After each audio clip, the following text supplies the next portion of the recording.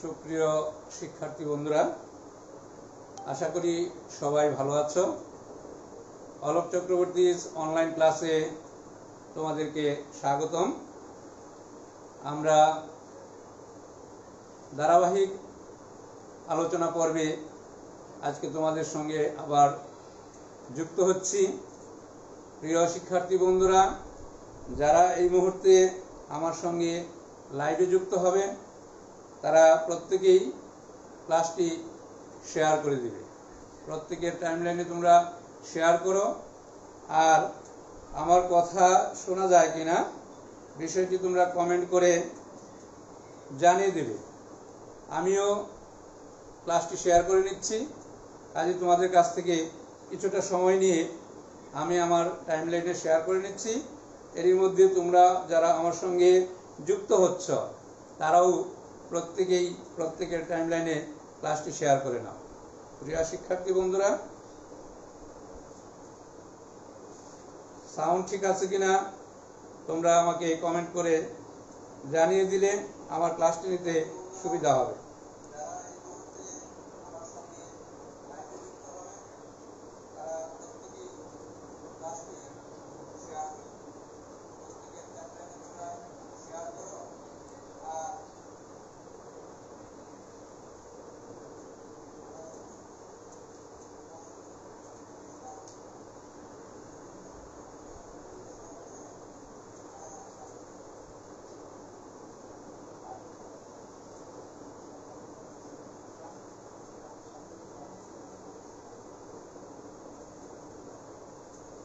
ক্লাসে যাওয়ার পূর্বে আমি ক্লাসটি শেয়ার করে দিচ্ছি, যাতে আমার সঙ্গে অধিক সংখ্যক আমার প্রিয় শিক্ষার্থী বন্ধুরা যুক্ত হতে পারে।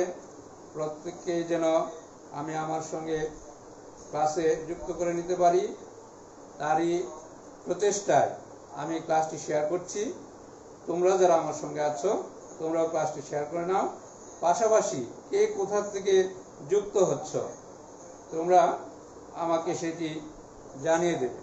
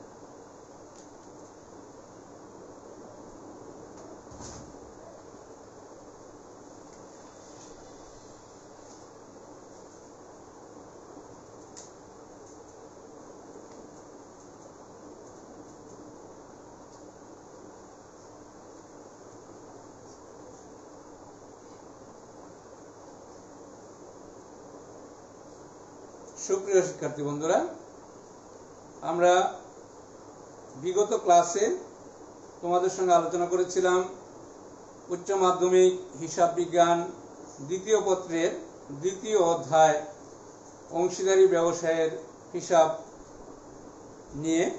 আজকে আমরা এই অধ্যায়টি থেকে আমরা একটি উদ্দীপক নিয়ে আলোচনায় অংশগ্রহণ করব। যখন আমরা একটি উদ্দীপক সন্নিবেশিত করেছি, এই উদ্দীপকটি প্রথমে আমরা পড়ব মনোযোগ সহকারে। তোমরা আমার সঙ্গে ক্লাসে যুক্ত থাকবে, উদ্দীপকটি ভালোভাবে তোমরা মনোযোগ সহকারে শুনবে। আশা করি যখন উদ্দীপকটি আমরা পাঠ শেষ করব, তারপর এই উদ্দীপকের আলোকে আমরা যখন সমাধান করতে যাব, নিশ্চয়ই তখন তোমরা এই উদ্দীপকের আলোকে যে কাজগুলো আমরা করব সেগুলো অতি সহজে বুঝতে সক্ষম হবে।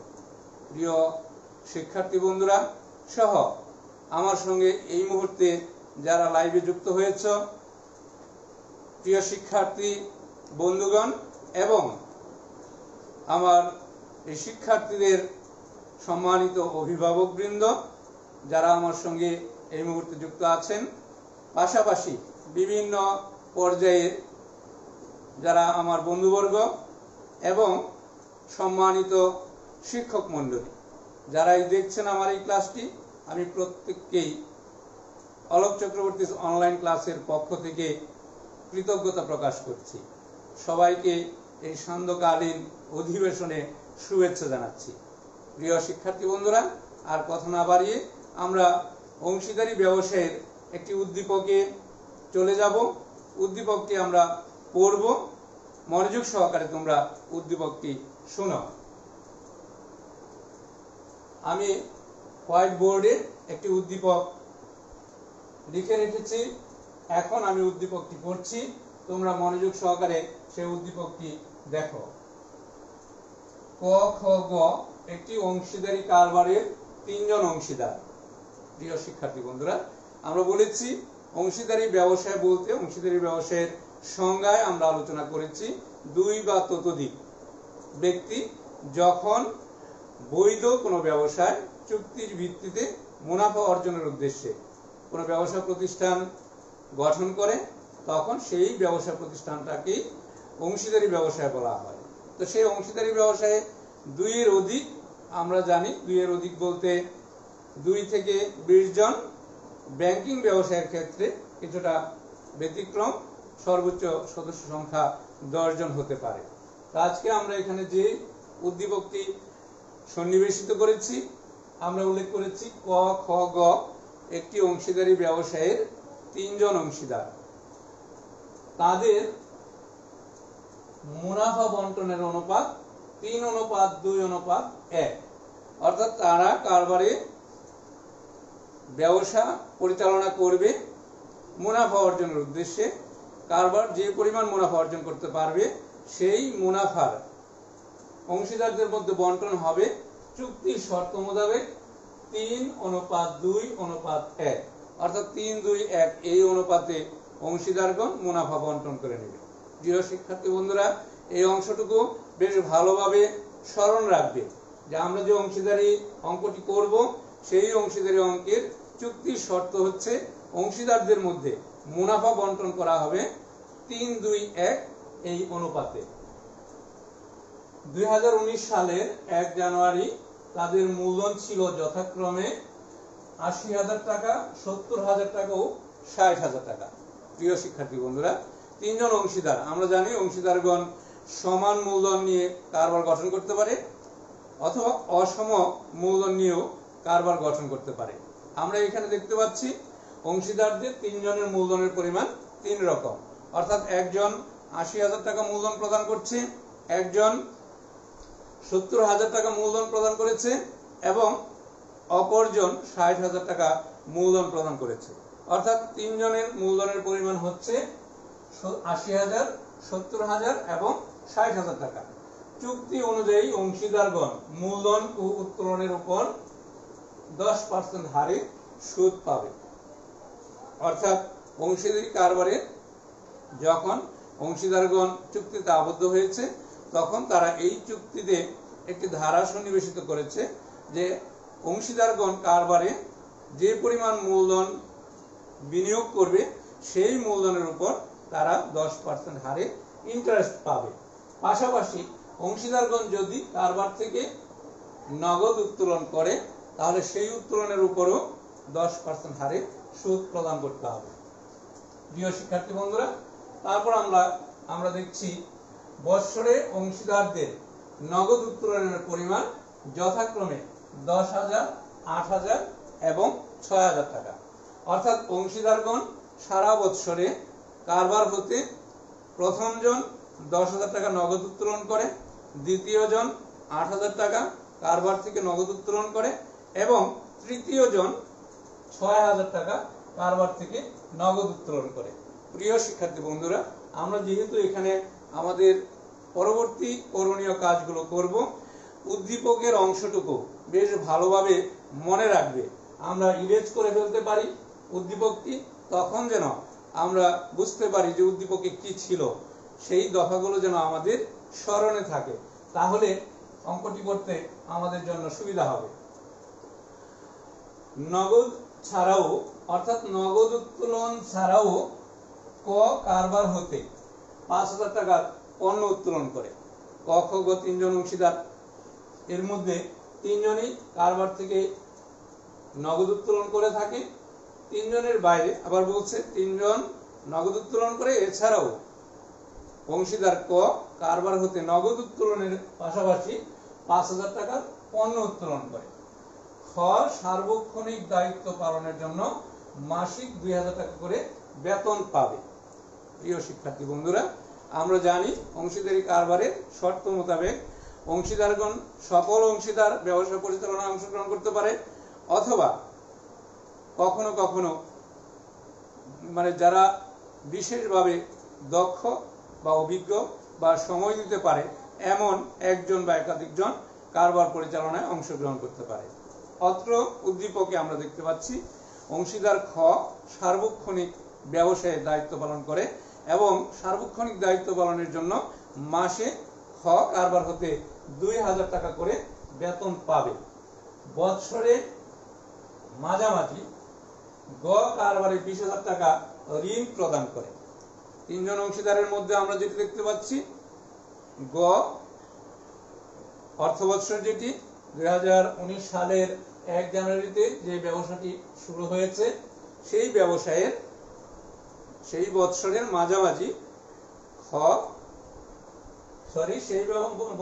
মাঝামাঝি গ কারবারে ২০,০০০ টাকা ঋণ প্রদান করে। উপরোক্ত সমন্বয়গুলো সাধন করার পূর্বে প্রিয় শিক্ষার্থী বন্ধুরা, এই কথাটি খুব ভালোভাবে মনোযোগের সঙ্গে লক্ষ্য করবে। পূর্বে এবং পরে দুইটি বিষয় আমরা এই অধ্যায়ে বা এই উদ্দীপকে অংশীদারি অঙ্কে আমরা এটি কিন্তু লক্ষ্য করব। পূর্বে এবং পরে এখানে বলা হয়েছে উপরোক্ত সমন্বয়গুলো সাধন করার পূর্বে কারবারের নিট লাভ হয়েছিল ১ লক্ষ টাকা। অর্থাৎ পূর্বে যে সমন্বয়গুলো আছে আমরা বলেছি অংশীদারি কারবারে অংশীদারগণ যথারীতি আয় ব্যয় হিসাব বা লাভ লোকসান হিসাব প্রস্তুত করে থাকে। সেই লাভ লোকসান হিসাব প্রস্তুতের পরও কিছু কিছু বিষয় হয়তো হিসাবে অন্তর্ভুক্ত করা হয় না, সমন্বয় করা হয় না। সেই বিষয়গুলো সমন্বয় করে লাভ লোকসান বন্টন হিসাব প্রস্তুত করা হয় এবং সমন্বয়ের পর অংশীদারদের মধ্যে প্রকৃত নিট লাভ বন্টন করা হয়। আমরা এখানে এই কথাটি দিয়ে বুঝতে পারবো কোন বিষয়গুলো সমন্বয় করা হয়েছে আর কোন বিষয়গুলো সমন্বয় করা হয়নি। প্রিয় শিক্ষার্থী বন্ধুরা, এখানে বলা হয়েছে উপরোক্ত সমন্বয়গুলো সাধন করার পূর্বে, অর্থাৎ উপরে যে সমন্বয়গুলো আছে সেই সমন্বয়গুলো সাধন করার পূর্বে কারবারের নিট লাভ হয়েছিল ১ লক্ষ টাকা। করণীয়তে যেটি বলছে যে আমরা এই উদ্দীপকের আলোকে কি প্রস্তুত করব, বলা হয়েছে মূলধন ও উত্তোলনের সুদ নির্ণয়। ক অংশে বলা আছে মূলধন ও উত্তোলনের সুদ নির্ণয়। খ অংশে বলা হয়েছে লাভ লোকসান বন্টন হিসাব, অর্থাৎ অংশীদারদের লাভ লোকসান বন্টন হিসাব। আর গ অংশে বলা হয়েছে অংশীদারদের মূলধন হিসাব প্রস্তুত। এই তিনটি কাজ আমাদেরকে করতে হবে। আমরা জানি উদ্দীপকে এই ৩ অংশে আমাদের মান বন্টনে রয়েছে মূলধন উত্তোলনের সুদ নির্ণয় ক। এই অংশ প্রস্তুতের জন্য আমরা ২ মার্কস অর্জন করতে পারি ২টি। লাভ লোকসান বন্টন হিসাব প্রস্তুতের মাধ্যমে আমরা ৪ মার্কস অর্জন করতে পারি এবং মূলধন হিসাব প্রস্তুতের মাধ্যমে আরো ৪টি নাম্বার আমরা অর্জন করতে পারি। তাহলে ৪ + ৪ + ২, অর্থাৎ একটি উদ্দীপকের আলোকে যখন আমরা এই ৩টি কাজ করব তখন আমরা এই ৩টি কাজই যদি সঠিকভাবে করতে পারি তাহলে 10টি নাম্বার অর্জন করতে সক্ষম হব। প্রিয় শিক্ষার্থী বন্ধুরা, একেবারেই সহজ একটি অধ্যায় এবং এই অধ্যায়ের যে উদ্দীপক পরীক্ষা থাকে যদি তোমরা অধ্যায়টি ভালোভাবে চর্চা করো 10 নাম্বার অর্জন করা তোমাদের জন্য কঠিন কোনো বিষয় নয়। প্রিয় শিক্ষার্থী বন্ধুরা, আমরা আর কথা না বাড়িয়ে এখানে যে বিষয়গুলো আমরা যদি সামারাইজ করি তাহলে এখানে দেখতে পাবো প্রথমেই বলা হয়েছে যে বিষয়গুলো আমাদেরকে মনে রাখতে হবে। অংশীদারদের মূলধন আমরা সামারাইজ করে নিই। ক মূলধন ৮০,০০০, খ এর মূলধন ৭০,০০০, গ এর মূলধন ৬০,০০০। আমরা মূলধন পেয়ে গেলাম। উত্তোলন যদি আমরা দেখি, ক এর উত্তোলন ১০,০০০, খ এর উত্তোলন ৮,০০০, গ এর উত্তোলন ৬,০০০। আমরা দুইটি মূল বিষয় এখানে দেখতে পেয়েছি। ক কারবারে ৮০,০০০ টাকা মূলধন সরবরাহ করে, খ কারবারে ৭০,০০০ টাকা মূলধন সরবরাহ করে এবং গ কারবারে ৬০,০০০ টাকা মূলধন সরবরাহ করে আমরা প্রথমেই দেখতে পেয়েছি। নগদ উত্তোলন যদি দেখেছি, ক ১০,০০০ টাকা কারবার থেকে বৎসরে উত্তোলন করে, খ কারবার থেকে ৮,০০০ টাকা বৎসরে উত্তোলন করে এবং গ কারবার হতে ৬,০০০ টাকা বৎসরে উত্তোলন করে। প্রিয় শিক্ষার্থী বন্ধুরা, এর বাইরে আমরা দেখতে পেয়েছি ক কারবার থেকে নগদ উত্তোলন ছাড়াও আরো ৫ উত্তোলন করে এবং এই দুইজন কোনো প্রকার পণ্য উত্তোলন করে না। তাহলে ক অংশে আমাদের যেই কাজটি বলা হয়েছে, মূলধন উত্তোলনের সুদ নির্ণয়, আমরা অতি সহজেই মূলধন এবং উত্তোলনের সুদ বের করে ফেলতে পারি। প্রশ্নে বলা আছে 10% হারে অংশীদারগণ কারবার হতে মূলধন এবং উত্তোলনের উপর সুদ ধরা হবে। তাহলে আমরা যদি 10% হিসাব করি মূলধনের উপর, তাহলে দেখতে পাবো ৮০,০০০ টাকার 10% অর্থাৎ ৮,০০০, ৭০,০০০ টাকার 10% ৭,০০০, ৬০,০০০ টাকার 10% ৬,০০০। প্রিয় শিক্ষার্থী বন্ধুরা, নিশ্চয়ই তোমরা জানো আমরা যখন ক্যালকুলেশন করব যে কোনো জিনিসের একটি শূন্য যদি আমরা মাইনাস করি তাহলে 10% হয়ে যাবে। অর্থাৎ যত বড় অঙ্কই হোক না কেন বা সংখ্যায় থাকুক, তার একটি করে শূন্য কমিয়ে দিলে 10% হয়ে যায়। তাহলে আমরা ৮০,০০০-এর 10% ৮,০০০, ৭০,০০০-এর 10% ৭,০০০, ৬০,০০০-এর 10% ৬,০০০। এখন যদি 5% বের করতে বলা হয় তাহলে 10%-এর অর্ধেক, অর্থাৎ 10%-এ যা হবে তার অর্ধেক হবে 5%। আমরা মুখে মুখে এইটা ক্যালকুলেশন করে ফেলতে পারি। যদি 5% বলা হতো তাহলে ৮০,০০০-এর মানে ৮,০০০, ৮,০০০-এর 5% হয়ে যেত ৪,০০০, ৭০,০০০-এর 5% হয়ে যেত ৩,৫০০, ৬০,০০০-এর 5% হয়ে যেত ৩,০০০। প্রিয় শিক্ষার্থী বন্ধুরা, আমরা মূলধনের সুদ যোগ করে ফেলতে পারি। ৮ × ৭ = ১৫, ৮ × ৬ = ২১,০০০। অর্থাৎ কারবারে যে পরিমাণ মূলধন আছে সেই মূলধনের উপর যে সুদ ধরতে হবে সেটি হচ্ছে ২১,০০০ টাকা। প্রিয় শিক্ষার্থী বন্ধুরা, আমরা মূলধনের সুদের পাশাপাশি আমাদেরকে বলা হয়েছে উত্তোলনের সুদ নির্ণয়ের কথা। আমরা উত্তোলনের সুদটিও এখানেই দেখাতে পারি। অংশীদারি কারবারে উত্তোলনের সুদ নির্ণয়ের জন্য একাধিক পদ্ধতি রয়েছে বা সূত্র রয়েছে। আমরা সংক্ষেপে বা শর্টকাট মেথডটি যদি বলি, 3টি নিয়মে অংশীদারদের উত্তোলনের উপর আমরা সুদ নির্ণয় করি। অর্থাৎ অংশীদারগণ উত্তোলনগুলো সচরাচর 3 ভাবে করে থাকে। একটি হচ্ছে বৎসরের শুরুতে উত্তোলন করতে, প্রতি মাসের শুরুতে, অথবা প্রতি মাসের মাঝামাঝি, অথবা প্রতি মাসের শেষে। কখন উত্তোলন করলো সেইটি যদি বলা থাকে, অর্থাৎ প্রতি মাসের শুরুতে যদি উত্তোলন করে তাহলে আমরা একটি নিয়ম ফলো করব। যদি প্রতি মাসের শেষে উত্তোলন করে তাহলে এক ধরনের নিয়ম আমরা ফলো করব। আর যদি মাঝামাঝি উত্তোলন করে মাসে তাহলে এক ধরনের নিয়ম আমরা ফলো করব। এখানে বলা হয়েছে যদি শুরুতে, শেষে বা মাঝামাঝি কিছুই বলা নেই, সেই ক্ষেত্রেও আমরা একটি নিয়ম ফলো করে থাকি। অর্থাৎ মাসের মাঝামাঝিতে উত্তোলন করলে বৎসরে 6 মাসের সুদ ধরা হয়। আর যদি তারিখ উল্লেখ করা না থাকে, কখন উঠালো, মাসের শুরুতে, শেষে না মাঝে, কোনো কথাই যদি বলা না থাকে তাহলেও আমরা 6 মাসের সুদ ধরে থাকি।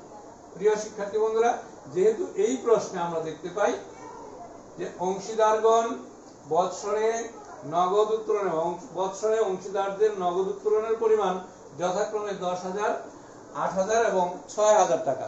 যেহেতু উদ্দীপকে কোনো প্রকার তারিখ উল্লেখ করা নেই বা কখন উঠিয়েছে, মাসের শুরুতে না শেষে, সেটি বলা নেই, কাজেই আমরা 6 মাসের সুদ গণনা করব। তাহলে প্রিয় শিক্ষার্থী বন্ধুরা, আমরা 10% হারে সুদ করার কথা বলা হয়েছে। 10% হারে আমরা সংক্ষেপে বের করে ফেলি। 10% হারে যে কোনো জিনিসের, আমরা জানি পার্সেন্টেজ মানে হচ্ছে 100 টাকায় 1 বছরের সুদ। তাহলে 1 বছরে যা আসবে 6 মাসে তার অর্ধেক হবে। তাহলে আমাদের 10,000 এর 10% যা আসে আমরা 12 দিয়ে ভাগ করতে পারি, 6 মাস গুণ করতে পারি। তাহলে কি আমরা পেয়ে যাই 10,000 এর 10% হচ্ছে 1,000। 1,000 কে 12 দিয়ে ভাগ করব, 6 দিয়ে গুণ করব, অর্থাৎ 500 টাকা। অনুরূপভাবে 8,000 এর 10% 800। 800 টাকাকে আমরা যখন 12 দিয়ে ভাগ করব, 6 দিয়ে গুণ করব, তখন আমরা এখানে পেয়ে যাব 400। 6,000 কে আমরা যখন 10% করে 12 ভাগ 6 গুণ, অর্থাৎ 6 মাসে বের করব, তাহলে 300 টাকা। তাহলে আমরা উত্তোলনের সুদও পেয়ে গেলাম এখানে অতি সহজে। প্রিয় শিক্ষার্থী বন্ধুরা, লক্ষ্য করো, 10,000 এর 10% 6 মাসে 500 টাকা, 8,000 এর 10% 6 মাসে 400 টাকা, 6,000 এর 10% 6 মাসে 300 টাকা।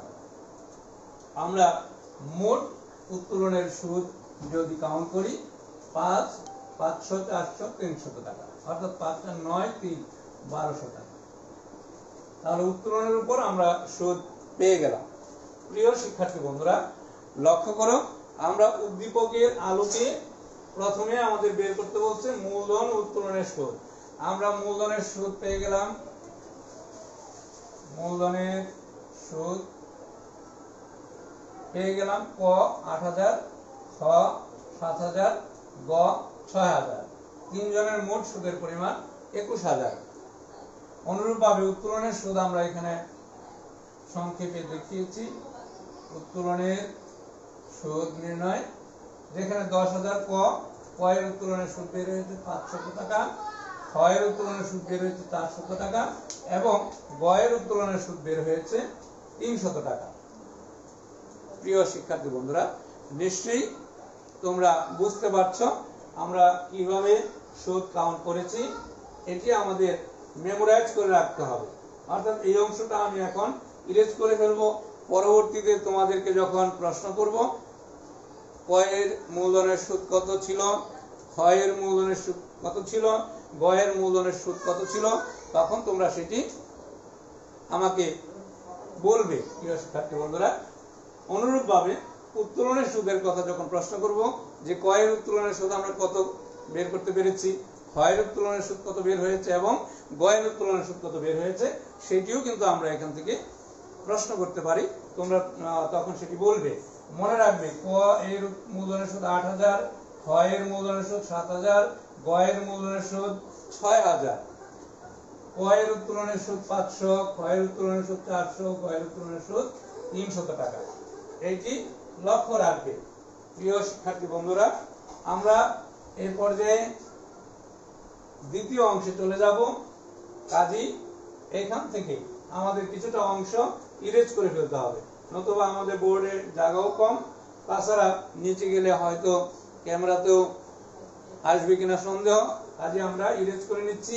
তোমরা এই অংশগুলো মনে রাখবে।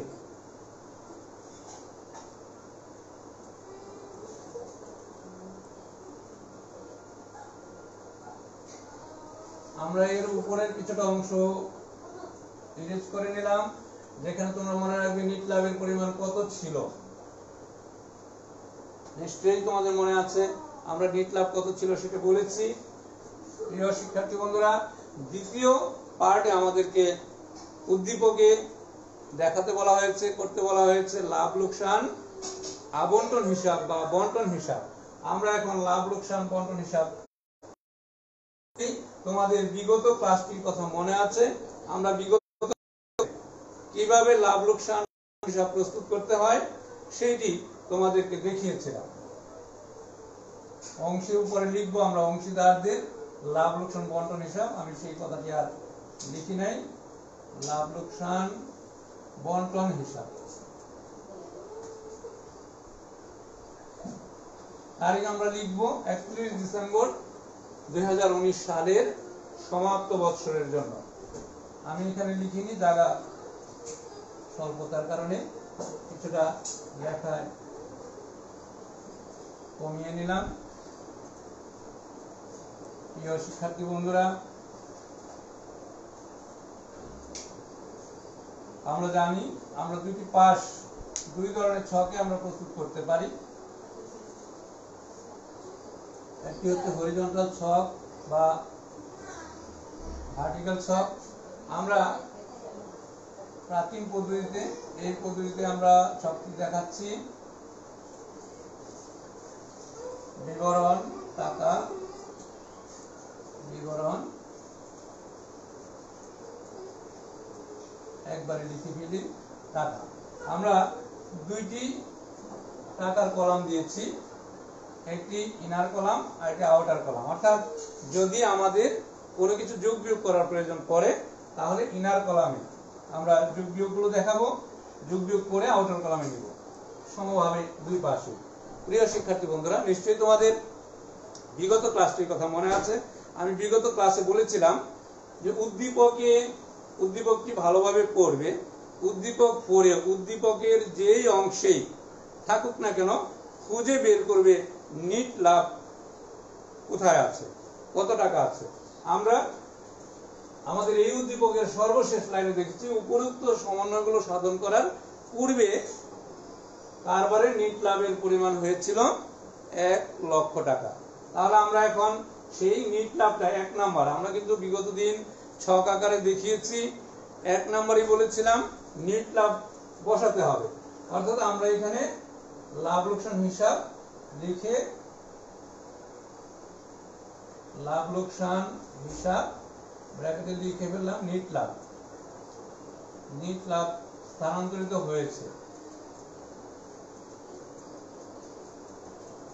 প্রিয় শিক্ষার্থী বন্ধুরা, নিশ্চয়ই তোমাদের মনে আছে প্রশ্নে উদ্দীপকে নিট লাভ ছিল 1 লক্ষ টাকা। আমরা নিট লাভ 1 লক্ষ টাকা লিখে ফেললাম। এটি ছিল আমাদের 1 নাম্বার কাজ, প্রথম কাজ, যে আমরা নিট লাভ লিখব। দ্বিতীয় যেটি বলা ছিল 2 নাম্বার, সেটি ছিল মূলধনের সুদ। অর্থাৎ উদ্দীপকে যে মূলধনের সুদটি থাকবে সেই মূলধনের সুদটি আমরা বসাবো কোথায়? লাভ লোকসান বন্টন হিসেবে ডেবিট পাশে। অর্থাৎ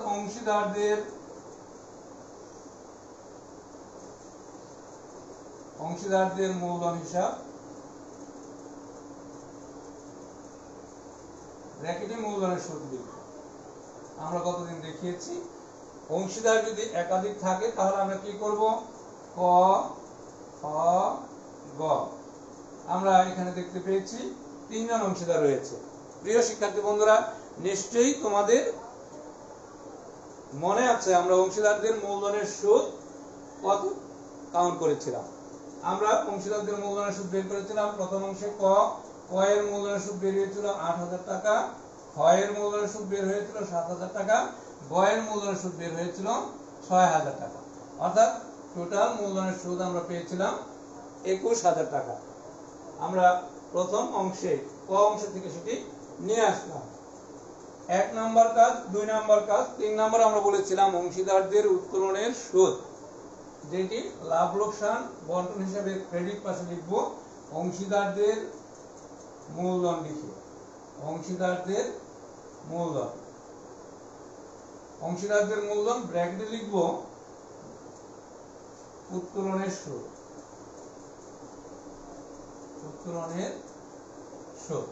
প্রিয় শিক্ষার্থী বন্ধুরা, রয়েছে এখানে অংশীদার আছে ক, খ, গ, 3 জন। ক, খ, গ 3 জন অংশীদার রয়েছে। নিশ্চয়ই তোমাদের মনে আছে আমরা 3 জনের মূলধনের সুদ কত নির্ণয় করেছিলাম। আমরা মূলধনের সুদ বের করে রেখেছিলাম ক 500 টাকা, খ 400 টাকা, গ 300 টাকা। অর্থাৎ 5 4 9 3 1200 টাকা আমরা পেয়ে গেলাম। এক নাম্বার কাজ, বিগত ক্লাসের রুল অনুযায়ী নিট লাভ স্থানান্তরিত করলাম। 2 নাম্বার, মূলধনের সুদ আমরা লিপিবদ্ধ করলাম। 3 নাম্বার বলেছিলাম উত্তোলনের সুদ, এটিও আমরা লিখে ফেললাম। তারপর আমরা দেখতে পাই একজন অংশীদার পণ্য উত্তোলন করে, তাহলে লিখে ফেলি ক কারবার থেকে পণ্য উত্তোলন করে, কাজে ক এর মূলধন, ক এর মূলধন হিসাব ব্র্যাকেটে পণ্য উত্তোলন, পণ্য উত্তোলন। তাহলে ক কারবার হতে 5,000 টাকার পণ্য উত্তোলন করে থাকে, সেটিও আমরা লিখে ফেললাম। প্রিয় শিক্ষার্থী বন্ধুরা, তাহলে আমরা মূলধনের সুদ সমন্বয় করা বাদ পড়েছিল, আমরা মূলধনের সুদ সমন্বয় করে নিচ্ছি। উত্তোলনের সুদ সমন্বয় করা বাদ পড়ে গেছে, উত্তোলনের সুদ সমন্বয় করে নিচ্ছি। পণ্য উত্তোলন হিসাবে অন্তর্ভুক্ত হয়নি, পণ্য উত্তোলন আমরা হিসাবে অন্তর্ভুক্ত করে নিচ্ছি। এর বাইরেও আমরা দেখতে পাচ্ছি চুক্তি অনুযায়ী অংশীদারগণ মূলধন উত্তোলনের উপর সুদ পাবে। তাছাড়া বৎসরে অংশীদারদের উত্তোলনের পরিমাণ আমরা তৈরি করলাম। এছাড়াও কয়ের পণ্য উত্তোলন, সেটিও আমরা হিসাবে অন্তর্ভুক্ত করেছি। খ সার্বক্ষণিক দায়িত্ব পালনের জন্য মাসিক 2,000 টাকা করে বেতন পাবে। প্রিয় শিক্ষার্থী বন্ধুরা, বেতন হচ্ছে কারবারের খরচ, কাজে এটি ডেবিট পাশে লিখতে হবে। খ বেতন পায়, কাজে খ এর মূলধন, খ এর মূলধন ব্র্যাকেটে আমরা লিখলাম বেতন। প্রিয় শিক্ষার্থী বন্ধুরা, যে বিষয়টি তোমাদেরকে বলেছিলাম পূর্বে এবং পরে, উদ্দীপকে যদি বলা থাকতো বেতন ডেবিট করার পর অন্যান্য সমন্বয় সাধনের পূর্বে, তাহলে কিন্তু আমরা বেতন এই জায়গায় লিপিবদ্ধ করতাম না। অর্থাৎ যে বিষয়গুলো সমন্বয় করা হবে সেগুলো লাভ লোকসান বন্টন হিসেবে আসবে না, যে বিষয়গুলো সমন্বয় করা হবে না সেই বিষয়গুলোই লাভ লোকসান সমন্বয় হিসেবে আনতে হবে। প্রিয় শিক্ষার্থী বন্ধুরা, এখানে বলা ছিল উপযুক্ত সমন্বয়গুলো সাধন করার পূর্বে, অর্থাৎ কোনোটাই সমন্বয় করা হয়নি, কাজে সবগুলোই আমাদের নিতে হচ্ছে। খ এর মূলধন, তাহলে খ প্রতি মাসে 2,000 টাকা করে বেতন পাবে, 12 মাসে 12 দুগুণে 24,000 টাকা। তাহলে খ এর বেতন আমরা পেয়ে গেলাম 24,000 টাকা, যা হিসাবে অন্তর্ভুক্ত করা হয়নি, আমরা হিসাবে অন্তর্ভুক্ত করে নিলাম। এর বাইরে আমরা দেখতে পাই গ কারবারে বৎসরের মাঝামাঝি 20,000 টাকা ঋণ স্বরূপ প্রদান করে, অর্থাৎ গ কারবারে ঋণ প্রদান করে। তাহলে গ কে ঋণের সুদ দিতে হবে। তোমরা নিশ্চয়ই ঋণের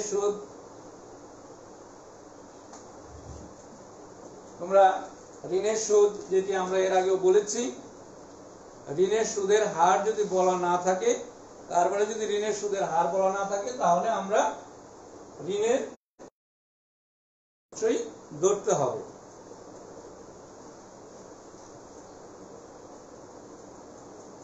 প্রিয় শিক্ষার্থী বন্ধুরা, তাহলে এখানে আমরা দেখতে পাচ্ছি গ কারবারে 20,000 টাকা ঋণ প্রদান করে বৎসরের মাঝামাঝি। তাহলে গ এর ঋণ হিসাব, গ এর ঋণ হিসাব ব্র্যাকেটে আমরা লিখলাম ঋণের সুদ, ঋণের সুদ। অর্থাৎ গ কারবারে ঋণ দিয়ে থাকে, সেই ঋণের উপর গ সুদ পাবে। আমরা দেখেছি গ কারবারে, এখানেই ক্যালকুলেশনটা করে নেই, গ কারবারে 20,000 টাকা ঋণ প্রদান করে, তার উপর যেহেতু সুদের হার উল্লেখ করা নেই, কাজে আমাদেরকে 6% হারে অংশীদারি কারবারের আইন অনুযায়ী সুদ ধরতে হবে। তাহলে 20,000 এর 2টা শূন্য যদি আমরা বাদ দিই, তাহলে 1% হয়ে যাবে। তাহলে 1% হয় 200 টাকা, 6% হবে 6 দুগুণে 1200 টাকা। 1200 টাকা হচ্ছে সারা বছরের সুদ। এখানে বলা হয়েছে ঋণটি প্রদান করা হয়েছে বছরের মাঝামাঝি, অর্থাৎ 6 মাসে সুদ ধরতে হবে। তাহলে 6 মাসে আমরা দেখতে পাই 600 টাকা, অর্থাৎ গ এর ঋণের উপর সুদ পাবে 600 টাকা। তাহলে আমরা এই 600 টাকা ঋণের সুদ হিসাবে আমাদেরকে কাউন্ট করতে হবে। ঋণের সুদ 600 টাকা। প্রিয় শিক্ষার্থী বন্ধুরা, আমরা দেখতে পাচ্ছি আমাদের উপরোক্ত সমন্বয়ের কথা বলা ছিল, উপরে আর কোনো সমন্বয় নেই। সমন্বয়ের যে বিষয়গুলো ছিল মূলধনের সুদ নির্ণয়, উত্তোলনের সুদ নির্ণয়, পণ্য উত্তোলন, ঋণের সুদ, এই বিষয়গুলো, এই সবকটা বিষয় আমরা এখানে অন্তর্ভুক্ত করেছি। এবার আমরা সমন্বয় করে যোগ বিয়োগ করব, তারপরে মুনাফা বা ক্ষতির পরিমাণ নির্ণয় করব। তাহলে আমরা লক্ষ্য করি, যদি ডেবিট পাস বড় হয় তাহলে ক্ষতি হবে, আর যদি ক্রেডিট পাস বড় হয় তাহলে লাভ হবে। আমরা এখানে দেখতে পাই ক্রেডিট পাসই বড় হবে, কাজেই লাভ হবে। লাভটা অংশীদারদের মধ্যে বন্টন করব। তাহলে অংশীদারদের মূলধন লিখব ডেবিট পাশে, অংশীদারদের মূলধন ব্র্যাকেটে মুনাফা বন্টন, মুনাফা বন্টন আমরা এতক্ষণ যে কাজটা করছি সেটি, অর্থাৎ ক খ গ তিনজনের মাঝে আমরা মুনাফা বন্টন করব, মুনাফা নির্ণয় করে। এবার আমরা একটু যে আমাদের গণনা যন্ত্রে ক্যালকুলেটরের সাহায্য নেই। আমরা জানি প্রযুক্তি আমাদেরকে অনেক এগিয়ে দিচ্ছে, যান্ত্রিক যুগে আমরা যন্ত্র ব্যবহার করব, যন্ত্র ব্যবহারের মাধ্যমে আমরা আমাদের প্রয়োজনীয় যে কাজ সেটি করে নেব। তাহলে আমরা দেখি আমাদের মূলধনের পরিমাণ হচ্ছে 1 লক্ষ, মুনাফার পরিমাণ 1 লক্ষ প্লাস 1200 প্লাস 5000, অর্থাৎ আমরা এখানে দেখতে পাই যোগ করলে আমাদের ক্রেডিট পাশের যোগফল দাঁড়িয়েছে 1,06,200 টাকা, 1,06,200 টাকা। এবার আমরা এটা ডেবিট পাশে নিয়ে আসলাম 1,06,200। প্রিয় শিক্ষার্থী বন্ধুরা, আমরা ক্রেডিট পাস যোগ করেছি, সমাপ্তি রেখা দিয়ে এদিকে সমাপ্তি করেছি, ডেবিট পাশে স্থানান্তর করে নিয়ে এসেছি। এখন ডেবিট পাশে আমাদের যে খরচের বিষয়গুলো রয়েছে সেগুলো আমরা এর থেকে মাইনাস করে দেব। তাহলে 1,06,200 থেকে মাইনাস করে দিচ্ছি 21,000, তারপর মাইনাস করে দিচ্ছি 24,000, তারপর মাইনাস করে দিচ্ছি 600। তাহলে আমাদের প্রকৃত নিট লাভ বের হয়েছে 60,600 টাকা, 60,600 টাকা। প্রিয় শিক্ষার্থী বন্ধুরা, নিশ্চয়ই তোমাদের মনে আছে আমরা উদ্দীপকের শুরুতেই বলেছি ক খ গ একটি অংশীদারি কারবারের 3 জন অংশীদার, তাদের লাভ লোকসান বন্টনের অনুপাতটি ছিল 3:2:1, অর্থাৎ তাদের যে লাভ হবে সেটি 3:2:1, 3 + 2 + 1 সমান 6, অর্থাৎ 6 ভাগ করতে হবে। 6টি ভাগ করে প্রথম জন 3 ভাগ পাবে, দ্বিতীয় জন 2 ভাগ পাবে, তৃতীয় জন 1 ভাগ পাবে।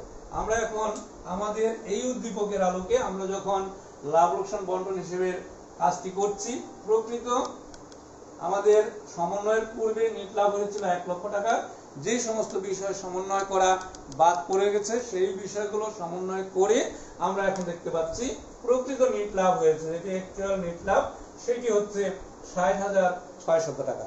তাহলে আমরা এই 60,600 টাকা অংশীদারদের মধ্যে বন্টন করব 3:2, অর্থাৎ 6 ভাগ করে প্রথম জন 3 ভাগ, দ্বিতীয় জন 2 ভাগ এবং তৃতীয় জন 1 ভাগ পাবে। তাহলে আমরা 60,600 কে ভাগ করে ফেললাম 6 দিয়ে, তাহলে প্রতি ভাগে পড়লো 10,100 টাকা। এখানে একটি বিষয় লক্ষ্য করো, আমরা অতি সহজে ক্যালকুলেশনের যে কাজটি করতে পারি। আমরা 60,600 কে 10 ভাগ করেছি, ভাগফল এসেছে 10,100 টাকা। প্রিয় শিক্ষার্থী বন্ধুরা, তোমরা লক্ষ্য করো, আমি ইনটু অর্থাৎ ডাবল ইনটু দিয়ে রেখেছি। ক্যালকুলেটর অপশনে একবার ইনটু না দিয়ে ডাবল ইনটু করেছি, অর্থাৎ 2 বার গুণন চিহ্নকে ক্লিক করেছি।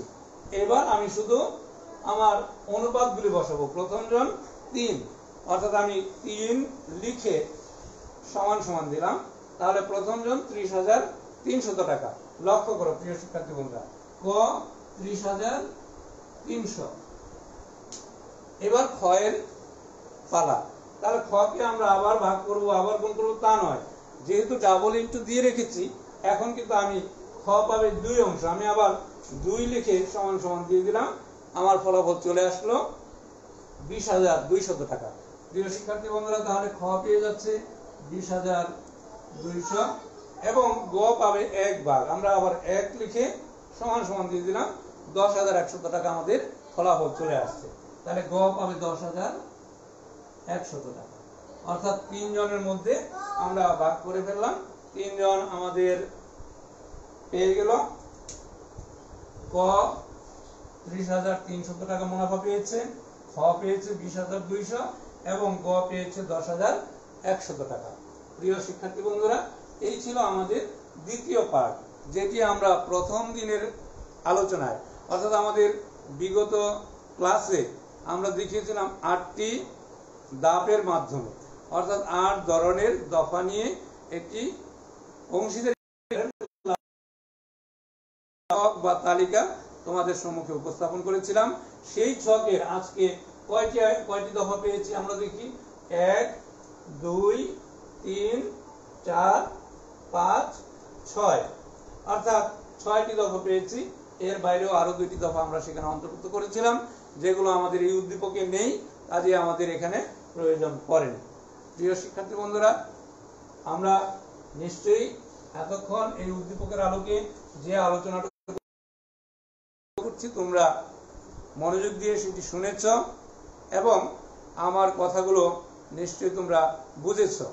যদি এর মধ্যে এই অংশে অর্থাৎ উদ্দীপকের এই অংশে তোমাদের কোনো কিছু যদি বোঝার থাকে, তোমরা কমেন্ট করে বোঝার জন্য জানার চাইতে পারো, কমেন্ট করতে পারো। নিশ্চয়ই আমি কমেন্টের মাধ্যমে তোমাদের বোঝাতে সক্ষম হব বা চেষ্টা করব।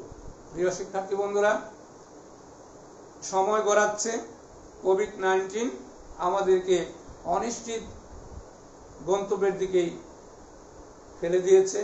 কখন আমরা স্বাভাবিক জীবনে যাব সেটি কিন্তু আমরা একেবারেই জানি না। যেহেতু ইতিমধ্যেই তোমরা জেনেছো, তোমাদের পূর্বের যে ব্যাচ ছিল, যারা এসএসসি পরীক্ষার জন্য সম্পূর্ণরূপে প্রস্তুত ছিল, তাদের সমস্ত প্রস্তুতি নিয়ে তারা পরীক্ষার হলে বসবে সে অবস্থায় ছিল, কিন্তু শেষ পর্যন্ত তাদের সেই সুযোগটি হয়নি। পরীক্ষার হলে বসার সুযোগ আর হবে না। ইতিমধ্যে আমরা জেনে গেছি যে তাদের পরীক্ষাটা বাতিল করা হয়েছে এবং যারা এই পরীক্ষায় অংশগ্রহণের জন্য প্রস্তুত ছিল, ফর্ম ফিল আপ করেছিল, তাদের জেএসসি এবং সমমান ও এসএসসি ও সমমানের ফলাফলের ভিত্তিতে এইচএসসির ফল নির্ধারণ করা হবে। প্রিয় শিক্ষার্থী বন্ধুরা, আমরা এমন অবস্থা আবার আসুক বা হোক, এটি কখনোই আমাদের কারোই কাম্য নয়। আমরা চাই পরিবেশ হয়ে যাক। আমাদের শিক্ষার্থী বন্ধুরা নিজেরা চেষ্টা করে পড়াশোনা গ্রহণ করে নিজেদের প্রস্তুতি সম্পন্ন করে পরীক্ষার মাধ্যমে ভালো ফলাফল অর্জন করবে, এটি প্রত্যেক শিক্ষার্থীর যেমন চাওয়া, আমরা শিক্ষক হিসেবে আমাদেরও সেটি প্রত্যাশা। প্রিয় শিক্ষার্থী বন্ধুরা, তোমরা যারা আজকে আমার সঙ্গে এই ক্লাসে এই সময়টুকু যুক্ত ছিলে, আমি প্রত্যেককে অভিনন্দন জানাচ্ছি, ধন্যবাদ জানাচ্ছি এবং আমার প্রিয় শিক্ষার্থীদের অভিভাবকবৃন্দ যারা আমার ক্লাসটি দেখেছেন অথবা আমার এই ক্লাসটির সঙ্গে যুক্ত হয়েছেন বা বিভিন্ন শিক্ষা প্রতিষ্ঠানের আমার শ্রদ্ধেয় শিক্ষক মণ্ডলী যারা আমার এই ক্লাসটি দেখেছেন বা দেখবেন, আমি প্রত্যেকের কাছেই কৃতজ্ঞ এবং সকলের নিকট আমি অনুরোধ রাখবো যে আমার এই ক্লাসে যে ত্রুটি বিচ্যুতিগুলো রয়েছে আপনারা কমেন্ট করে যদি সেটি ধরিয়ে দেন, পরবর্তী ক্লাসগুলো যাতে আরো ভালো করতে পারি, শিক্ষার্থী বান্ধব করতে পারি, তাহলে সেই চেষ্টা আমার অব্যাহত থাকবে। প্রিয় শিক্ষার্থী বন্ধুরা, আর কথা না বাড়িয়ে কোভিড-19 পরিস্থিতিতে সবাই সুস্থ থাকো, সুন্দর থাকো, ভালো থাকো এবং নিজেদের পাঠ ঘরে বসেই সম্পন্ন করো। অনলাইন প্ল্যাটফর্মের মাধ্যমে নিজেদের পাঠ পরিকল্পনা সমাপ্ত করো। এই প্রত্যাশা রেখে আবারও সকলের সুস্বাস্থ্য ও মঙ্গল কামনা করে আজকের এই ক্লাস থেকে আমি অলোক চক্রবর্তী, বিভাগীয় প্রধান, হিসাব বিজ্ঞান বিভাগ, শাহজালাল সরকারি কলেজ, মনতলা, মাধবপুর, হবিগঞ্জ, তোমাদের কাছ থেকে বিদায় নিচ্ছি। ধন্যবাদ সবাই।